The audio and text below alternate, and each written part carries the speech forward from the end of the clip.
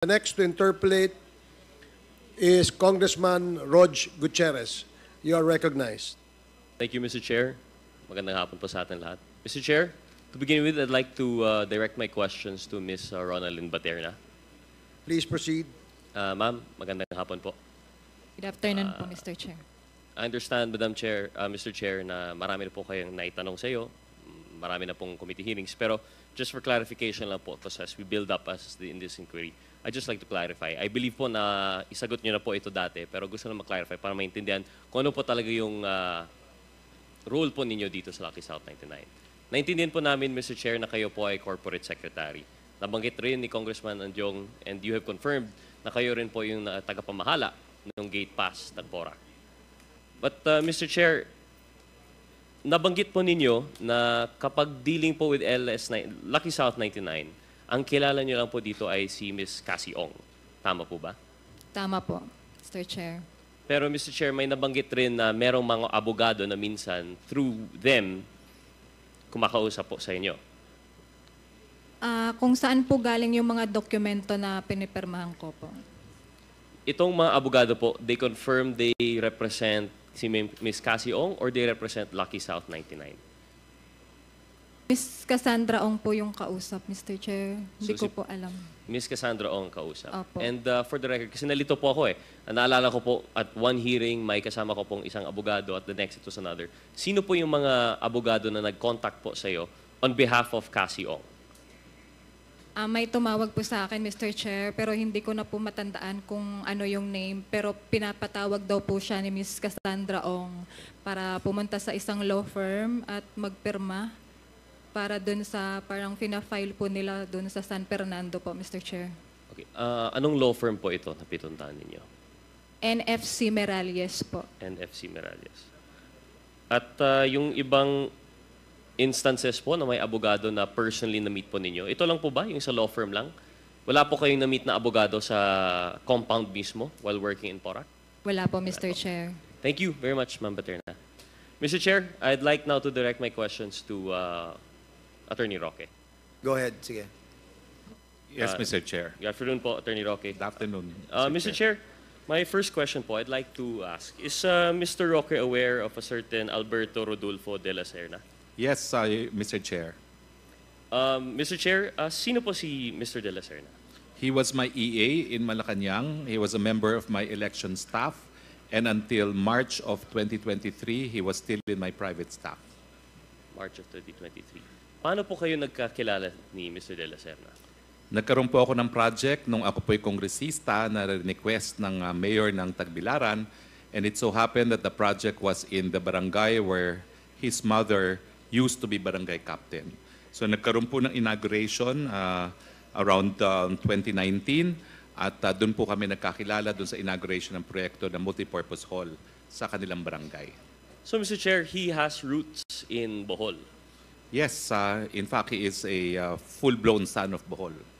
Born and raised, taga Bohol po talaga Born siya. and raised po. But from my understanding, he found himself, of course, aside from your employ, he found himself in PORAC, Pampanga. Is that correct, Mr. Chair? Yes, dahil siya po ay nasa isang aviation school ngayon sa Clark. After we severed ties in March of 2023, was it March 2023 or March of 2023 or 2024? After he severed his ties, umuwi muna, and then he apparently chose to pursue aviation rather than law school dahil ang lolo po niya ay isang famous lawyer din. So he pursued the aviation school in Clark. Yes, Mr. Chair. And because of that, he had to move from Bohol to Pampanga. Yes, Mr. Chair. And he somehow found himself in the compound of PORAC. I believe in another hearing that we've had, you have confirmed that in fact is that correct, Mr. Chair, that you introduced him to Cassie Ong? Yes, he met Cassie Ong for the first time because he joined us after a court appearance. I think it was for lunch. So he met Cassie Ong through lunch, still under your employ at the time? No more. He was already there in Clark. He was preparing to start his aviation school. He started in November, so we must have met Cassie Ong around October because the case that we represented, the Whirlwind, started in August. Mr. Chair, if he was no longer in your employ, what was his business in that lunch? Well, he happened to be in Pampanga, and I know that he was in Pampanga because he's told me that he is pursuing aviation school. So he just happened to be there. I happened to be there. I said, okay, magla-lunch kami, you can join us because tapos na naman yung hearing by that time. And Mr. Chair, the lunch with Cassie Ong was in relation to your function as lawyer for, as you say, Whirlwind. Yes, it was for the ejectment case of Whirlwind. Is that normal practice, Mr. Chair, that when you are having lunch with a client, you would bring in other personalities that might not have anything to do with the subject matter of your meeting? Pinagbibigay alam naman po, no? And of course, I asked if my former staff could join us for lunch, and sabi naman ni Cassie, no problem. Okay. This has nothing to do with the fact also that, at that time, he was not yet living in Porac? No, he was not. He was, in fact, in the process of looking for a place to stay in Pampanga. And Mr. Chair, was that how he was able to find a place to stay with Cassie Ong? Through you? Yes, Mr. Chair, because after I had left, they continued talking, and Mr. De La Serna inquired that he was in fact looking for a place to stay na sana malapit sa aviation school, and he was informed by Cassie that meron silang mga accommodations. Mr. Chair, and you were present during that conversation? Nakaalis na po ako noon. Nakaalis na. Nakaalis na po ako noon. And how did you come to know that they came into that arrangement of sorts? Sinabi naman po sa akin later on ni R, nagpaalam din siya. Ang sabi ko lang is, meron lang tayong temporary respite dahil na-withdraw, na-recall yung writ of execution, pero suntok sa buwan yung kaso, so prepare to look for more permanent living arrangement dahil it's a 40% chance of victory na baka mapaalis nga sila doon sa lugar na yon. And prior to, sabi po ninyo, no, nakaalis na po kayo when they discussed the terms of arrangement ng residence niya sa Porac, if ever. Were you aware of his intention to ask Ms. Cassie Ong for residence? Hindi po.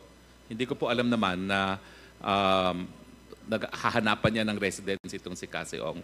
Nag-small talk lang po sila after I had left, and lumabas nga po na naghahanap siya. Nagpapatulong siya na magpahanap ng matitiran. Did you not find it strange, Mr. Chair, that he chose residence in Porac, which is 50 or so minutes away from Clark? Hindi ko po alam kung gano'ng karayo talaga yung Porac sa Clark, no? Basta lahat naman po yan siguro malapit. So I did not find it strange. Ang warning ko lang is there's a temporary respite. Baka mapaalis yan. So humanap ka ng permanent na matitiran mo.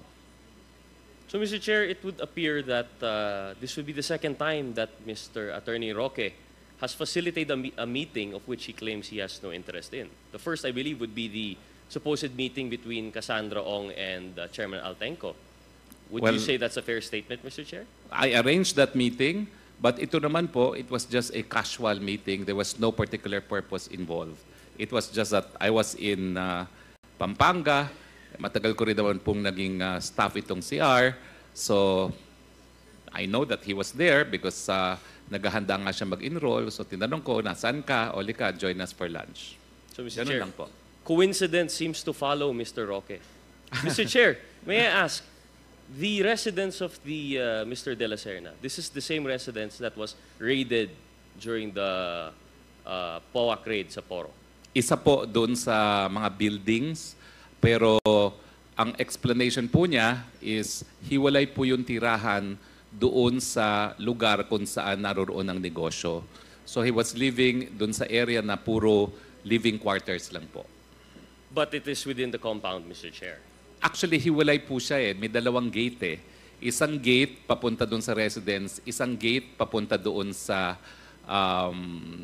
where the business is conducted. So hindi ka makakapasok doon sa gate na where the business is conducted kung ikaw ay nandun lang sa accommodations. It is not where the business is conducted. However, business documents were yielded from that raid. Is that correct, Mr. Chair?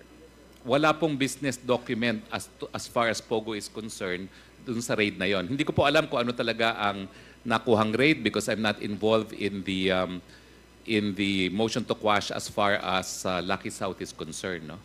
But Mr. Chair, I believe in another hearing that we've had, you claimed that the documents that were yielded from his residence in relation to you were from that residence, Mr. Chair. I believe they were bank documents and appointment papers.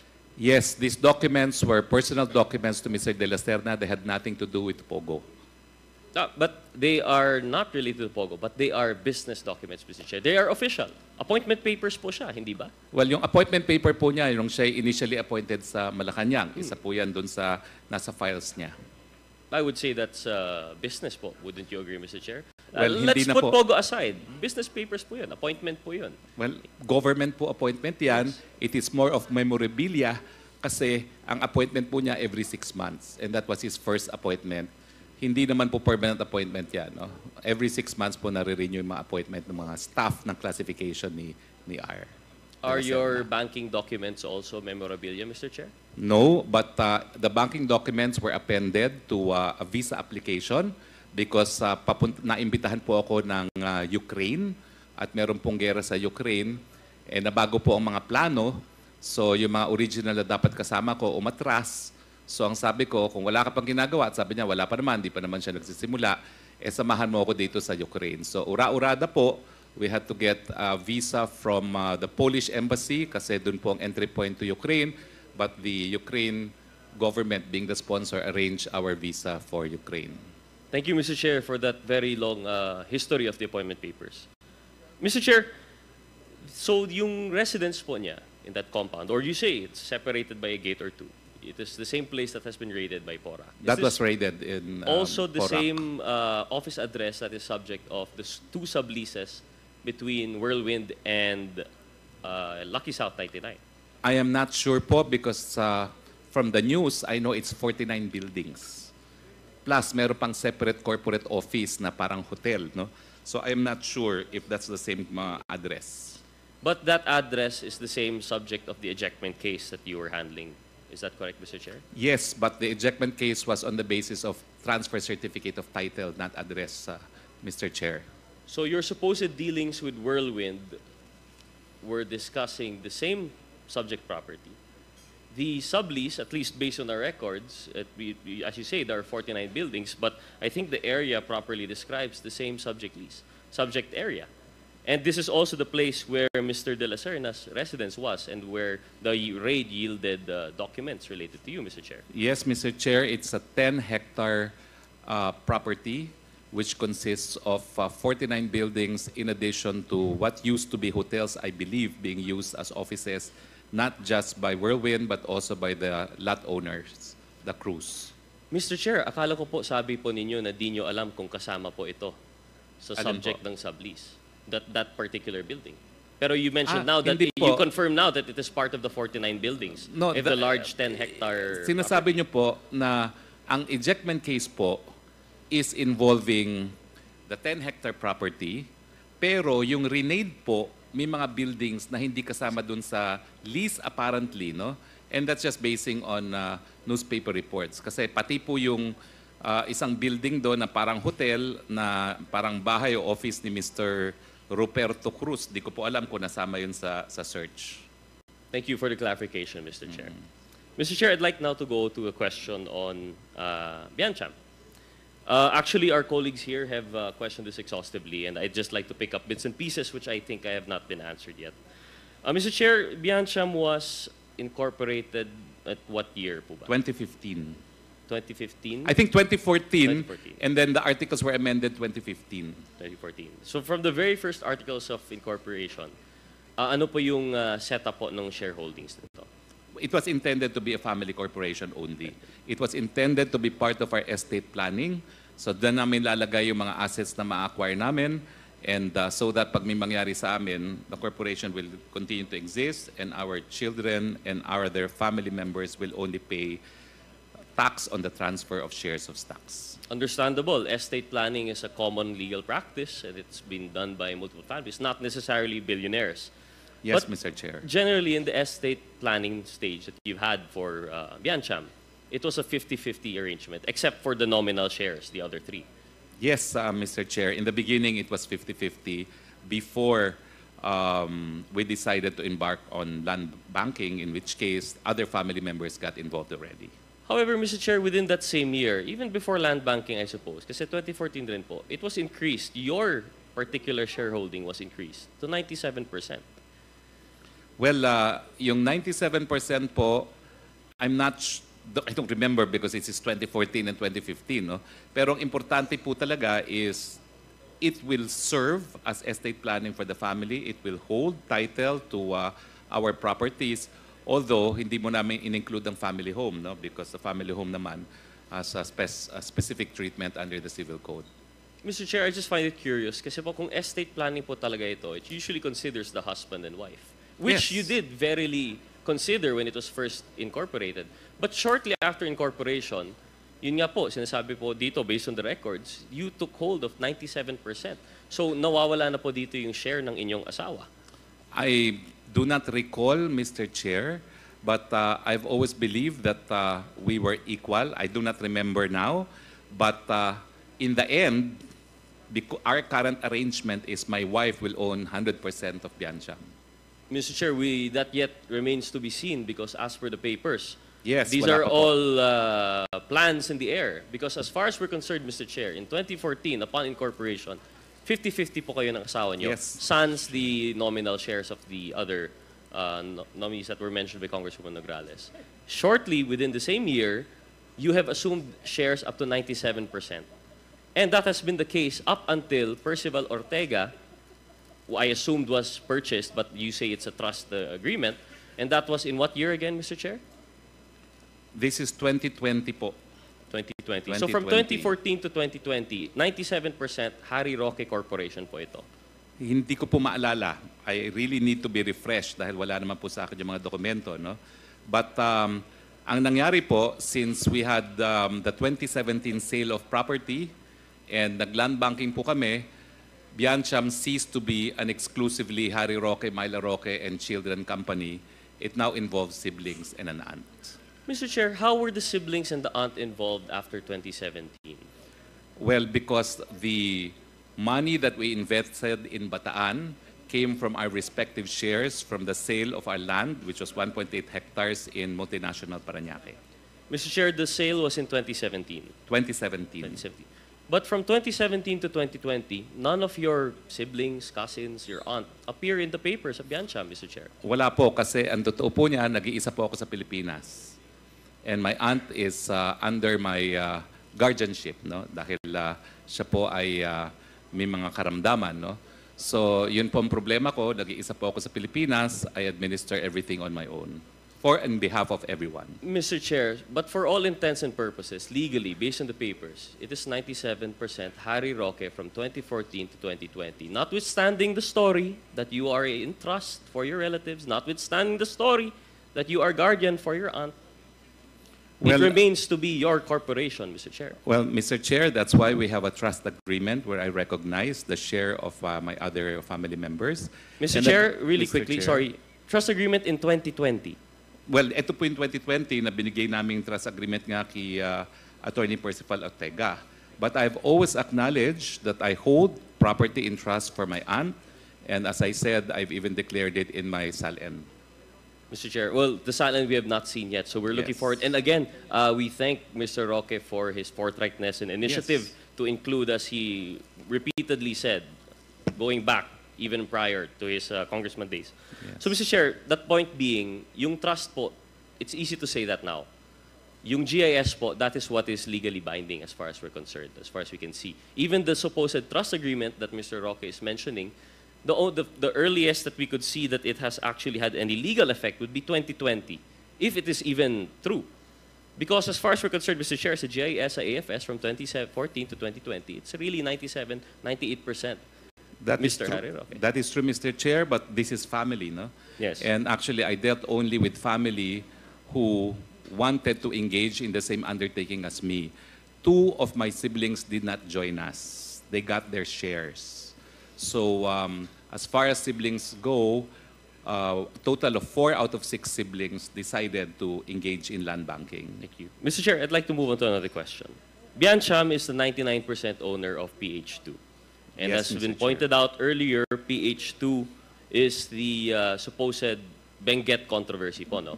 Dito po natagpuan yung isang red notice Interpol suspect, Son Liming, which Mr. Roque claims he does not know because it is already a sublease. Mr. Chair, matanong lang po, would Attorney Roque be aware, Secretary Roque, would he be aware of the value of this PH2 lot in Benguet? Yes, nakita ko po yung aking sale contract. Mura ko pong nabili yan, 1.5 million. 1.5 million. So that is well within the, ano po yung valuation natin ng PH2 Corporation in shares? Well, I think it has to be adjusted kasi ang ginawa lang po namin is linagay namin ang PH2 because we intended na itong property nito is really going to be for resale, Mr. Chair.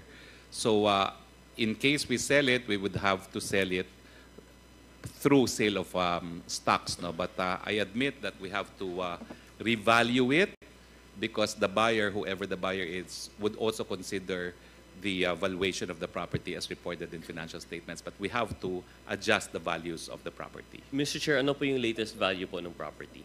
Actually, hindi ko rin po binalyuhan kasi yung binili lang po namin yung lupa. Tapos nagpatayo na pa kami ng bahay. And I admit I have to increase authorized capital stock to also make it more attractive to buyers that it is realistic to the value of the house. Well, I mean, that's understandable, Mr. Chair. No? Sometimes we peg things at cost. However, we'd very much like to know the valuation. Mr. Chair, so you mean to tell me in all these years, kailan po itong pinatayo, yung PH2? Maybe no, Mr. Chair? 2019 po yan po. So from 2019, you have not had this valued, you have not used it for mortgage, you have not used it as collateral in loan? Hindi po. Tinirang ko lang po yan, tapos tinitignan ko nga how strong the market is. No? And I've tried to sell it, pero no takers, kasi maganda po yung subdivision namin, pero wala pong tubig sa Baguio. Kaya yun po ang problema, hindi pala ganun kabili magbenta, miski mukhang maganda yung subdivision. Okay. Mr. Chair, I'd like to move on to FBMHC. This is First Bataan Mariveles. I forget the full name of your corporation. It mentioned here that the stake of Biancham for 50%, counterpart to Green Mile, was 35 million, Mr. Chair. Do we confirm this? Mr. Chair, yes. What is the source of this 35? Is this also sourced from the land banking from the sale in 2017? Precisely po. Dito po kami nag-land banking, Mr. Chair. Yung aming nakuhang proceeds na share namin na roughly equivalent to about 45 million because 45% of the total value of the sale because apat pong magkakapatid yung naghati doon sa sale na yon. Binigay yung share ng dalawang lalaki. Yung dalawang babae po ay kami po yung mga anak na representing 1/4. Tapos yung auntie ko po na single is the other 1/4. So, Mr. Chair, the sale that you're mentioning, the generation before you yun, na apat na siblings. Apat na siblings. So you are entitled to 1/4 1/4 of the 200 million. Of the 200 million. And then my aunt was with us because single po siya and she lived with us all our lives. So you would also assume her half, her 1/4. Is that correct, Mr. Chair? Well, kami po talaga yung heredero niya Okay. and we've always considered her as part of the family, not just an aunt. So as far as you're concerned, you are dealing with the 1/2 of the 200 billion. The other half, the proper claimants have taken hold of the property. Yes, Mr. Chairman. So that pegs it at around 100 million, Mr. Chair? About 100 million, Mr. 100 Chair. million. And this is what land bank the supposed 35 million in Biancham. Yes, that was the initial investment, Mr. Chair. So, Mr. Chair, the payment of yung Biancham, the 35 million, together with the Green Mile, this went into the purchase of the 400-hectare property? 310 hectares po. 310 hectares. And the valuation total was? We bought the property po at 100 pesos per square meter. Apologies, Mr. Chair. I'm really bad at math. Ano po yung total value po nun? Well, Yung purchase that's 100 price? pesos, so that's 310 million po. 310 million. But your share was only 35 million. How did you purchase the 310 million? 35 million from you, 35 million from Greenmad. That makes it 70 million. How did you come up with the 310 million? Well, una nga po, ang unang bibili lang namin was supposedly 90 million worth kasi 90 hectares. And then our consolidator offered, lakihan na natin ng 200 million. Payag pa rin po ako dahil kaya pa namin nung up to kalahati ng 200 million. Pero nung natapos na nga po yung 200 million, sabi ko hindi na namin kaya yan, ikaw na yan. No? So my partner on his own proceeded to purchase other property para lang makumpleto yung buong bloke. Pero hanggang ngayon po, hindi pa rin po kumpleto yung buong bloke.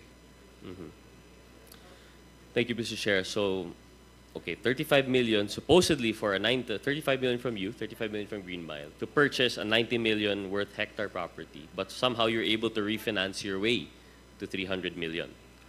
Hindi po refinance, we just coughed up additional capital. No?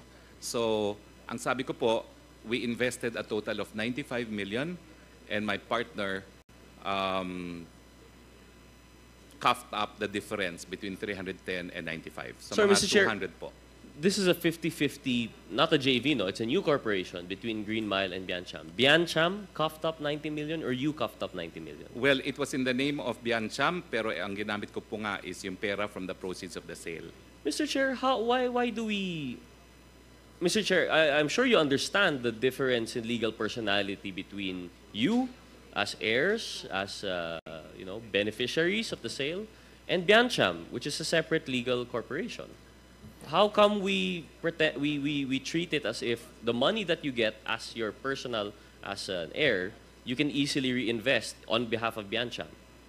Well, because we intended to reflect everything at some point, no? And we're in the process of doing that po, no? We are in the process of doing that. Medyo tedious nga lang yung process, the accounting process, no? Because this is actually property for stock transaction already, no? But mas convenient po yan kasi ang sabi ko nga, lahat po ng kapatid ko nasa abroad. So, hindi po sila makapirma ng every time may bibili ng property. So, ginagamit po namin yung corporate vehicle. At saka ang bumibili naman po is yung First Bataan at shareholder lang yung Biancham. So, we provide the capital when needed but up to a certain amount. Mr. Ganun Chair, lang po. this is, as a lawyer, you made purchases out of convenience at the risk of legal infirmity? Hindi naman po, because this will be reflected, no, in the shareholdings. No? And that's what we're doing right now. It's a bit tedious po, lalo na dahil namatay nga yung aking tiya at meron ng estate aspect ito, but it's being done now. Mr. Chair, is this convenience in relation to your siblings or is this inconvenience to the fact that Biancham is 97% owned by you? Hindi na nga po kasi inaamin ko naman po na yung mga kapatid ko ay merong share dyan sa Biancham. Hindi ko po yan pinagkakait. And they Mr. know Chair, that. apologies. It's very difficult for you to say that they are entitled to a share when legally they are not in the papers. I understand your intention to bequeath to them, perhaps their fair share eventually, but as far as we're concerned, when we talk of this corporation, it is you and only you, Mr. Chair. Wala pong kinalaman yung inyong kapatid po dito, Mr. Chair. Mr. Chair, kaya nga po dyan pumapasok yung pagiging kapamilya. I have been acting as the father figure to these three siblings of mine. I have never intended na gulangan ko sila, and they trust me completely, no? Because I don't do anything to breach the trust. Diyan naman po pumapasok yung pagiging kapamilya. Thank you. Mr. Chair, I'll move on po, no? Although I'm sorry, I find it very hard to believe that legal luminaries such as Attorney Harry Roque would allow for legal infirmities in these very, very sensitive and serious transactions, which involve not just millions, but the hundreds of millions. Now, Mr. Chair, I'd like to ask, and again, we appreciate your initiative to have submitted the sale of the property in 2017 and that you have so kindly explained to us now. We also appreciate, and personally, I do appreciate your concern regarding the trust that you have this with your family, the privacy that you're seeking. But I hope, Mr. Chair, that Attorney Roque understands that there are some questions that are left unanswered. And as much as we would like to respect this story of family and privacy, there are just some questions that are left unanswered po, no?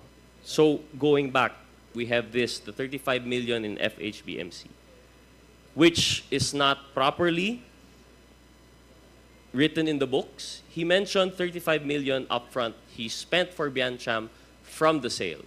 Then he also mentioned an additional 60 million which he coughed up from the sale. That puts it at 90 million just in FHBMC alone. Mr. Chair, how can we explain then in 2017, Biancham reported, as was pointed out by Congresswoman Luistro, 60 million in cash and 125 million in cash advances. This is way beyond your share of the sale, and this is way beyond the whole purchase price of the sale, Mr. Chair. Mr. Chair, yung cash po na 60 million is precisely what was used for the land banking. So, doon po ginastos yung cash ng kumpanya para bilhin po yung mga lupa. Mr. Chair, you mentioned 2017 po yung land banking. 2017 po yung bentahan. Bentahan. Opo. And the purchase of the Bataan property was when? Started in 2018 po. 2018. But the recording of the 60 million in cash under Biancham, not under First Bataan, it is Yes, under Biancham, yes. was only in 17. allow me to check, Mr. Chair, for the period of 2018. 2018 nga po. So, yun nga po yung ginamit namin for the purchase, preparing nga po for the land banking. So, pinasok na po yung cash doon para lahat ng mabibiling mga property, yun yung marireflect na contribution po ng Biancham. No, Mr. Chair, when Biancham was in receipt of the 60 million pesos in cash, and Mr. Chair, would you care to explain the 125 million in advances dito sa AFS?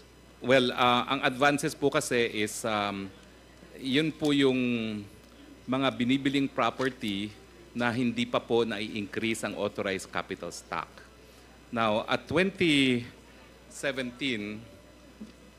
well, actually po kasi itong recollection ko talaga, no? Although ang records namin, mas alam po na aking partner, but I have a list na ang aming recollection, well, at least ang listahan ko is 2017, nagsimula kaming magbayad. So, ang recollection ko po is sa 2017, nagbayad kami ng, kano ba ito? 102 million. Tapos, ang 2018, we paid 96,302. So, yan po yung mga cash advances na kinakailangan i-convert into equity later on. Dahil ang advances po talaga kapag pinurchase ng property will have to be converted into shares. So yun po yung allowance para nga ma-recognize yung mga cash advances to go to the people who in fact provided the capital. Apologies, Mr. Roque, perhaps I'm not as adept as you in your corporate matters, but it just does not add up, Mr. Chair. Like I mentioned, it was in the AFS 2018 in which for the period covering up to December 2018, that you reflected 60 million increase in cash and 125 billion in advances for Biancham. However, it was actually in 2017 which you already reported payment of 35 million for FHBMC. Yes. Okay. So how come, Mr. Chair, you have reported already as early as 2017 in FHBMC, which means Biancham has already invested in FHBMC, and then only belatedly in 2018 recorded cash for the statement ending December 2018. And the property sale was in 2017. And not only that, Mr. Chair, one more thing, why it does not add up. Sabi po ninyo, yung 60 million cash earlier was not for FHBMC. You mentioned it was for purchase of shares, which there was no increase of shares in the GIS of Biancham, nor in FHBMC.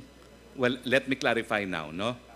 Unang-una po, cash went out even before the sale was perfected. Kasi meron po kaming Another contract to legal sell. infirmity? Hindi po, contract to sell. Kasi siyempre, initial payment ka, hindi naman po lahat yan outright na deed of sale lahat.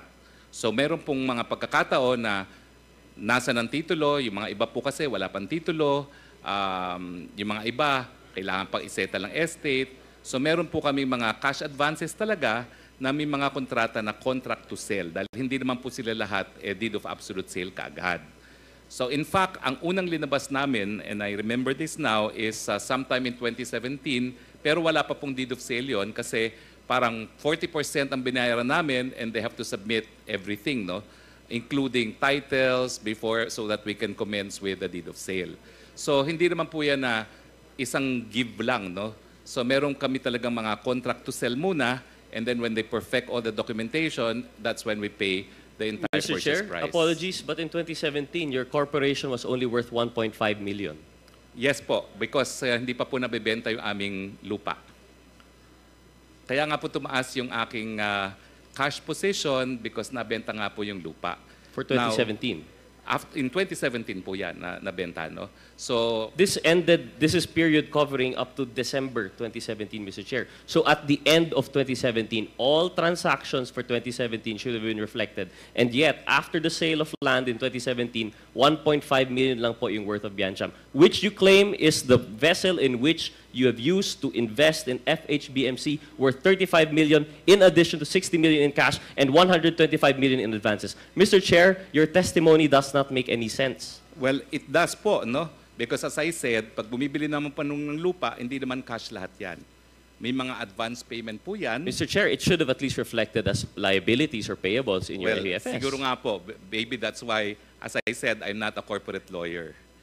Political lawyer po talaga ako. I'm even an international lawyer, no? That's what I teach, no? So ako naman po, I rely on what the accountants will say, no?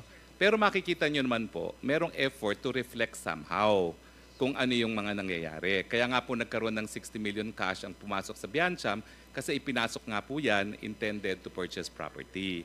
At ano naman po yan, sumabay naman po yan, Mr. Chair, doon sa panahon na nakuha namin yung proceeds ng bentahan ng lupa namin sa Parañaque, Mr. Chair. Mr. Chair, unfortunately, for someone such as yourself as a legal luminary, I find it hard to believe that you would be unaware of the infirmities surrounding the failure to report these kinds of things. And in fact, that's the precise point of having an AFS. This is independently audited. You have an auditor for this. So how come you're able to deal willy-nilly left and right between FHBMC, Biancham, together with Green Mile, yet it is not properly reflected? And even if we say it's reflected eventually, you always say that it's going to be fixed in the future. I hope you understand, Mr. Chair, the frustration of how it's very hard to make sense of the story. Because, Mr. Chair, as properly as Chairman Ace mentioned, why we want to look into this, and as I mentioned, why we have to look into your family matters. It's easy to claim yung pamilya po namin nagbenta ng property. It's easy to claim that this property was, this proceeds were used in investing here. But for as long as hindi po siya natatrace sa money trail, I don't know if the committee will accept the explanation na aayusin po namin yan later on or aayusin po namin yung cash flow investment. Because, Mr. Chair, the most glaring, the most obvious, easily, with an investment of 60 million in cash, which your AFS already mentioned was in subscription, not in FBHMC, but in Biancham itself. For the succeeding GIS, 12.5 million pa rin po yung shares ninyo. Hindi naman po siya nag-increase by 60 million. So there seems to be a disconnect. And Mr. Chair, let me connect this now. If I may conclude, Mr. Chair, I'm sure you and I both are very confused with the allegations. I think, Mr. Chair, what I'm trying to drive at here is that there seems to be some great confusion with the finances. Might not be necessarily of Mr. Attorney Harry Roque, but at least of Biancham, which is alarmingly related in a way, at least with PH2. And why do I say alarming? Mr. Chair, I'd like to bring this back po, no? Yung nabanggit po natin dati. Yung sa previous hearings, which I think as the Quadcom, as the successor of those individual hearings, we can take notice po of the facts that are mentioned. I'd like to mention these facts, and I'd like to ask Mr. Roque his thoughts on this as a summary po, no, to really put into light why we're asking these questions. Number one, Attorney Harry Roque represented over Lucky South 99 property. Mr. Chair, I did not. You did not. You claim that it is Whirlwind, but it is the same subject property. Well, it is. It is. It is Okay, thank you, because Mr. there's a conduct of I will lease. tie into that later on. Yes. Second fact that I'd like to state, Mr. Harry Roque facilitated Lucky South 99 meeting with Chair Tenko. Well, Mr. Chair, You did this. You had 6 missed calls with Attorney Rivera ba yun? Yes. You've set it up. You yourself said when Cassandra Ong met Chairman Tenko, no Whirlwind matters were mentioned. It was all purely Lucky South 99. Mr. Chair, I did so. Thank you, Mr. Chair. Mr. Chair, because please allow me Pasig- to... Mr. Chairman. Let's allow the member to finish his question first before you reply, Attorney Roque. Mr. Chair? Mr. Chair, Most proceed. respectfully, Attorney Roque, I understand that you will have your time to rebut these later. But I hope you understand, as a lawyer especially, that there's a line of questioning that I wish to pursue. Thank you, Mr. Chair.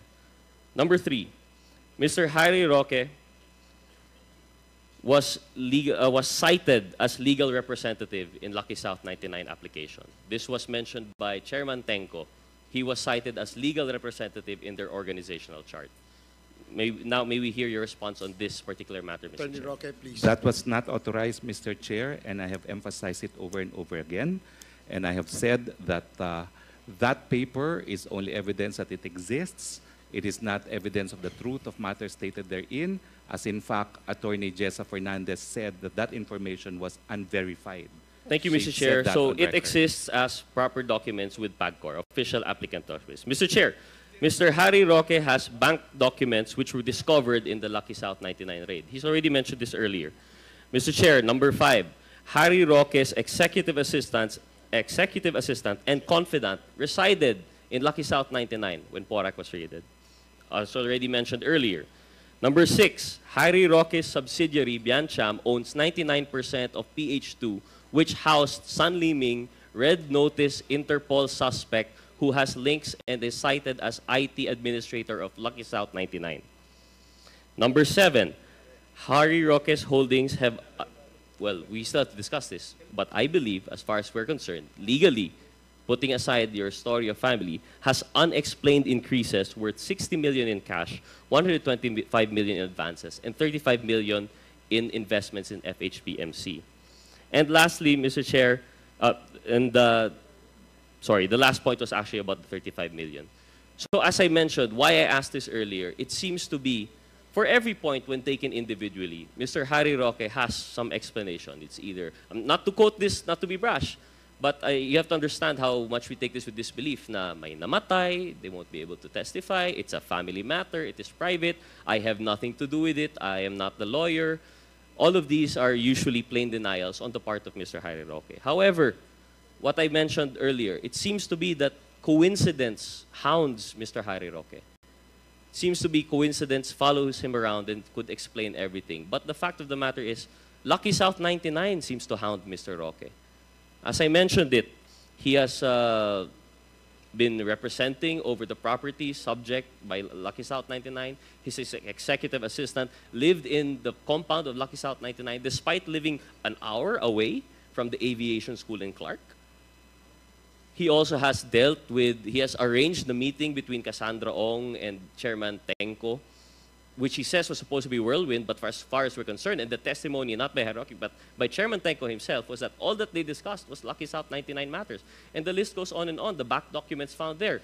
It is mentioned that it's because it is memorabilia of his EA. But the fact of the matter is, Lucky South 99 strikes again.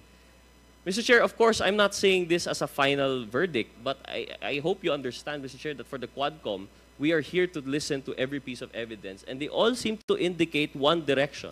And the missing piece now, I think for me it is clear. I don't know with the rest of the members of the Quadcom.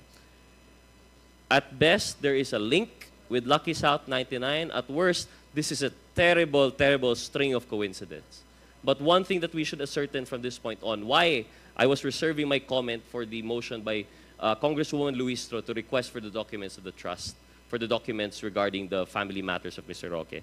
While we understand the want for privacy, Mr. Chair, these coincidences seem like more than just coincidences. And the missing link now, if we see that there's a link with Lucky South 99, the question now is that we have to verify. How do we explain these supposedly, as far as I'm concerned, unexplained increases through his subsidiaries and through his companies?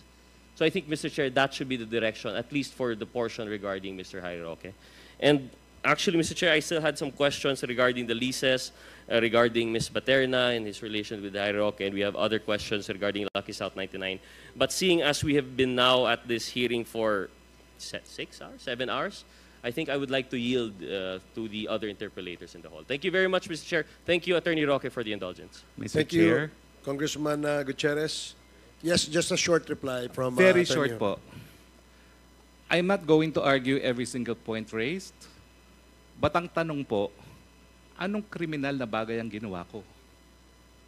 Meron ba? Anong ebidensya na ang Lucky South ang nagbayad ng mga lupa na binili ko? Pinakita ko naman po, nagbenta kami ng 1.8 hectares. At sinabi ko naman po na yung perang yon ang ginamit na pambili.